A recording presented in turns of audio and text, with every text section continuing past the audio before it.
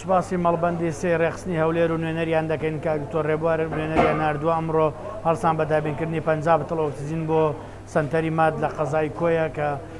سوپاس بۆخوا تا ئێستا ئێمە بارینە ئاساییمان ڕانەگەیاندوو بەڵام ئەو هاوکاریانەیەوان بەرز دەنرخێننەوە پێویستە چونکە خۆتان نەزانن ڕێژەی توشبوونی بە کۆرۆنا زۆرە. ئیشەڵا ئێمە ئەوەی کە لە ڕزگاری ڕوویدا و یان شتێک لە قەزای کۆیە ناهێنینە پشیانە هەواڵانەی ڕووبدا و من لێرە دەمەوێت سوپاسی کاک ئەبوزە ساڵح بەرپرسی مەڵبەندی چواردەی ڕێخستنی کۆیش بکەم کە ئەوانیش هەڵسان بە دابینکردن لە ڕێگەی کاک دکتۆر میران و کاک دکتۆر سەباحی بەڕێبەری گشتی سلێمانی کە هاوکارمانن 50 بتڵ ئۆکسیجینی تریان دابینکردن ئەمڕۆ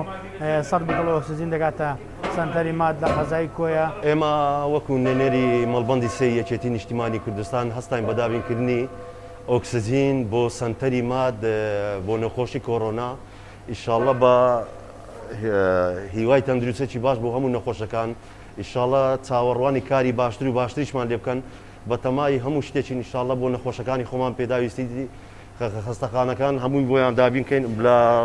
ئۆکسیجین دەستکردی هەر شتێک ئەوان پێویستمان پێبی بە لە خزمەت داینەوە وەکو مەڵبەندی سێ یەکێتی نیشتیمانی کوردستان بۆ سنتەری ماد ئەمە ئامادەینە بۆ هەموو شتێک.